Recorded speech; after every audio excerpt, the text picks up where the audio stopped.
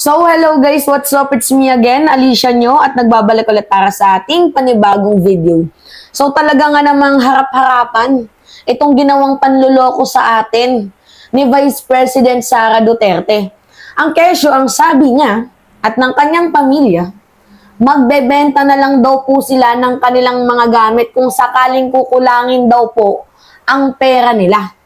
Yan yung sabi ni Vice President Sara Duterte kasi ayaw niya daw pong humingi ng donasyon sa mamamayang Pilipino. At yung kanilang pinamasahe daw po papunta sa The Hague, doon nga po sa ICC sa the Netherlands, KKB daw po sila. Kanya-kanya daw po silang pamasahe. Alam niyo kung ano yung nakakatawa dito, mga minamahal? Like, parang pinapamukha talaga nila na sila ay poorest of the poor. Na in the first place, kung susumatutalin, mga minamahal, ganito po kamamahal ang presyo ng bags, gamit, damit ni Kitty Duterte. Tapos sasabihin nila wala silang pera. Sasabihin ni Duterte, pobre lang sila, pero si Kitty, naka-blue passport. Alam niyo yan, mga minamahal, pinakita ko sa inyo na itong si Kitty Duterte ay naka-blue passport. Pakita ko sa inyo, mga minamahal, oh. Yung blue passport ni Kitty Duterte na talaga nga naman kahit papaano ako, na-shock din ako. US citizen pala. Si Hanilet nga ayaw ipakita yung kanyang passport eh. Ngayon, pakinggan nyo mga minamahal. Kung papaano na naman gumagawa ng istorya at nanloloko ng taong bayan itong si Vice President Sara Duterte.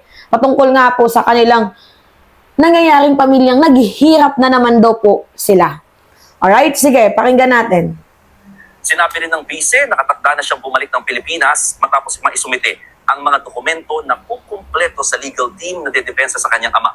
Nilinaw din nilang KKB o kanya-kanya raw silang bayad, silang pamilya sa pagpunta rito sa The Hague para samahan ng dating Pangulo. Hindi raw sila tatanggap na anumang donasyon at kung kakailanganin, magbebenta na lang ng mga gamit para may mapaybayad o may pambayad o panggastos. Yan daw. So kung kakailanganin, sila daw po ay magbebenta ng gamit para meron daw pong may pambayad, may panggastos. Doon nga daw po sa kaso ni former President Duterte. Wow! Ano kaya yung mga gamit na ibebenta ni Vice President Sara Duterte? I think, mga minamahal, Palawan. Hindi seryoso. Kasi malaking pera yan. I think yung buong Palawan sa China, baka ibenta na ni Vice President Sara Duterte. We do not know lang, mga minamahal. Kasi, yan yung sabi niya, posible naman na yung kotse ninyo, diba? Ibenta ninyo, magkano lang yung kotse. Diba? Kung mahal man yan, 4 na milyon. So, ngayon, ang tanong dito, kung meron man silang ibebentang malaki, I think siguro yung Palawan. I think siguro yung West Philippine Sea. Kasi meron ngang gentleman's agreement. Ang linaw, mga minamahal, ng pagkakasabi dito. Pakinggan ninyo. Kasi uuwi na talaga ng bansang Pilipinas at buti naman naisipan ng ating Vice Presidente na umuwi ng bansang Pilipinas. Kasi hindi ka na nagpapaka-Vice Presidente eh. Ang ginagawa mo dyan, nagiging alipin, katulong ka ng ama mo. Na in the first place, Vice President ka ng bansang Pilipinas and supposedly, you are working to our country to provide the needs of your people because you are a public servant and you are meant to serve the public. So, yun yung gagawin mo. Hindi ka katulong ng ama mo dyan. At kung meron man, dapat ibang tao na lang yung gumawa dyan. Hindi ikaw kasi kailangan ka ng bansa. Diba? Tapos sasabihin mo, ang daming problema ng taong bayan. Paano madaming problema ng taong bayan? Hindi ka nga tumutulong. Diba? Kung tumutulong ka sana, di sana nababawasan yung problema.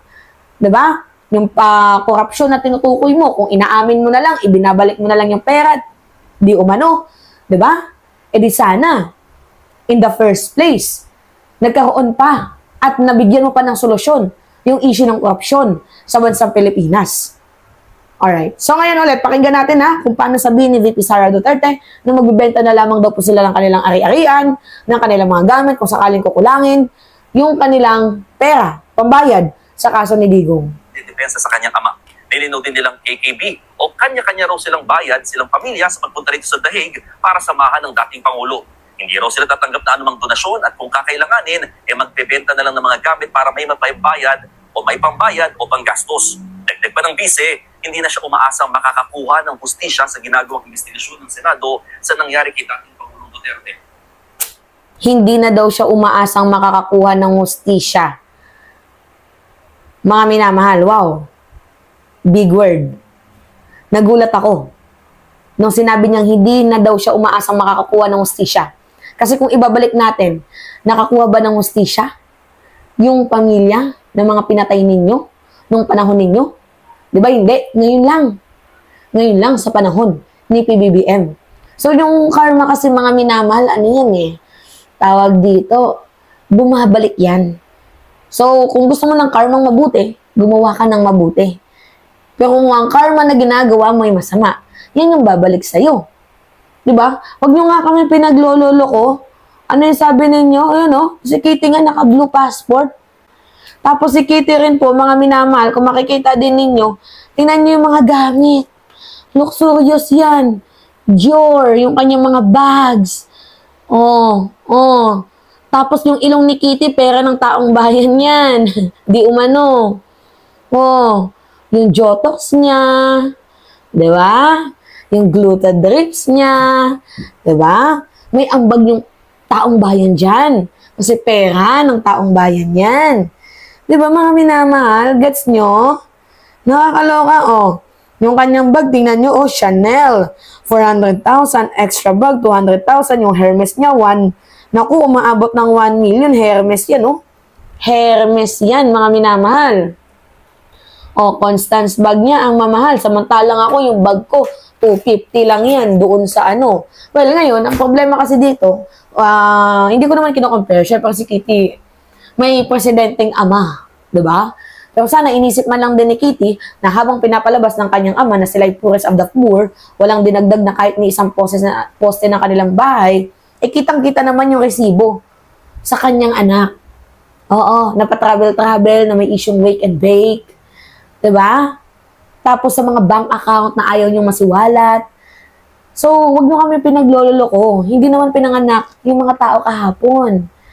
Imagine nyo magbebenta na lang daw sila ng gamit. Magbebenta ng gamit para may pang-tustos kay former President Duterte. Like, sinong tanga ang maniniwala sa inyo? Sinong kupal bobo ang maniniwala sa inyo? Wag nga kami. Wag nyo kami pinagloloko. Hindi kami pinanganak kahapon. Tandaan nyo yan. Nakakaintindi kami ng sitwasyon. Masyado nyo lang gustong iparating sa taong bayan na kayo ay mahirap na. Parang kaawaan. Kasi alam nyo, maawain yung mga Pilipino. Ginagamit nyo yung emosyon ng taong bayan. Nagigets ninyo, mga minamahal? Ganon sila. Katindi kumilos. Ganon sila. Katindi. Imagine nyo may pambayad kayo sa trolls para sirain ang administrasyon. May pambayad kayo sa mga vloggers para sirain ang administrasyon. Diba? Pero pambayad sa kaso ni Digong, wala. Samantalang may 51 billion na may 51 billion si Pulong.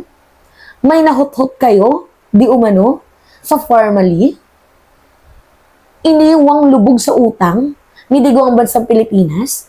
15 trillion if I am not mistaken. Yung mga proyekto ninyong napakalaki pero nagko-collapse. Imposibleng walang kickback dyan. Pinagloloko nyo ba kami? VP Sara? Diba? Kaya wag niyong sabihin sa amin, wag niyong i-reason sa amin na wala kayong pera.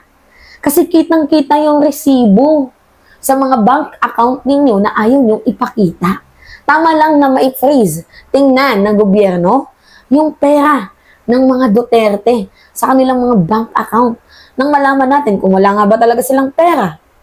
Diba? Kasi ultimo nga pamasahe, gusto ni Digong sagot pa ng taong bayan. Ngayon, sinagot na ng ICC yung pamasahe mo, naka-jet plane ka pa.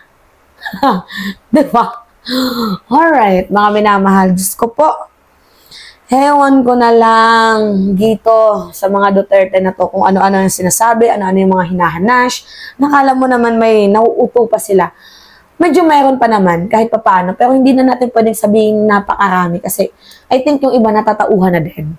At buti na lang, merong mga katulad namin na naglalahad ng katotohanan.